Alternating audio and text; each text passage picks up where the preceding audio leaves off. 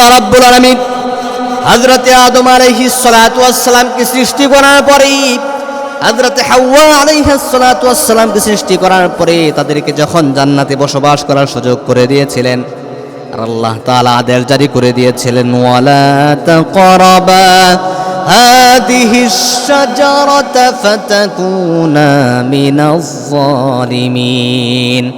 রাব্বুল আলামিন একটি গাছ কি নির্ধারণ করে জানায় দিলেন, ও আদম আলাইহিস সালাতু ওয়াস সালাম ও হাওয়া, শোনো, ওই যে গাছ দেখা যায় তোমরা ওই গাছের নিকটবর্তী হবা না, ওই গাছের ফল তোমরা খাবা না।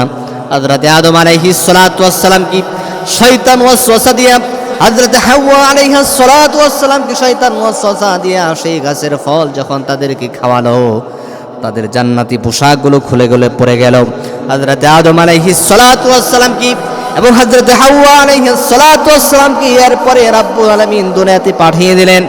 দুনিয়াতে আসার পরে তারা এই যে অপরাধ করলো, আল্লাহর নিষেধ করার পরেও তারা যে জাকুম ফল তারা ভক্ষণ করলো, নিষিদ্ধ গাছের ফল যখন তারা ভক্ষণ করলো, এই অপরাধের কারণে আল্লাহ তাআলার কাছে একদিন নয়, 2 দিন নয়, টানা 350 বছর আল্লাহ তাআলার কাছে তারা কান্নাকাটি করলো।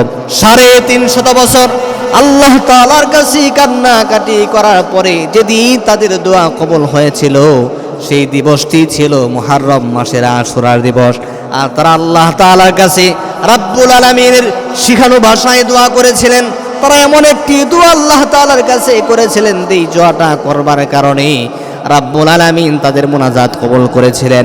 আল্লাহ রাব্বুল আলামিন বলছেন, হযরতে আদম আলাইহিস সালাতু ওয়াস সালাম আমি আল্লাহর কাছে এই ভাষায় দোয়া করেছিল, রব্বানা যালামনা আনফুসানা ওয়া ইল্লাম তাগফির লানা ওয়া তারহামনা লানাকুনান্না মিনাল খাসিরিন। ও আল্লাহ, আমরা নিজেরা নিজেদের নফসের উপর জুলুম করেছি, অন্যায় করেছি।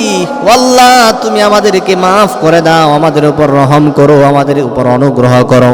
আমরা তো ক্ষতিগ্রস্তদের অন্তর্ভুক্ত হয়ে গেলাম।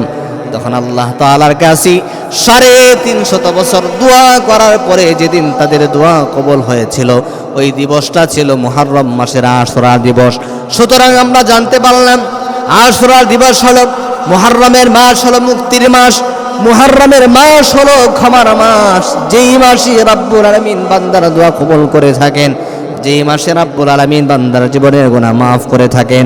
এই জন্য আমরা এই ঘটনা থেকে জানতে পারলাম মুহররম মাসের আশুরা দিবসে রাব্বুল আলামিন দোয়া কবুল করেছিলেন।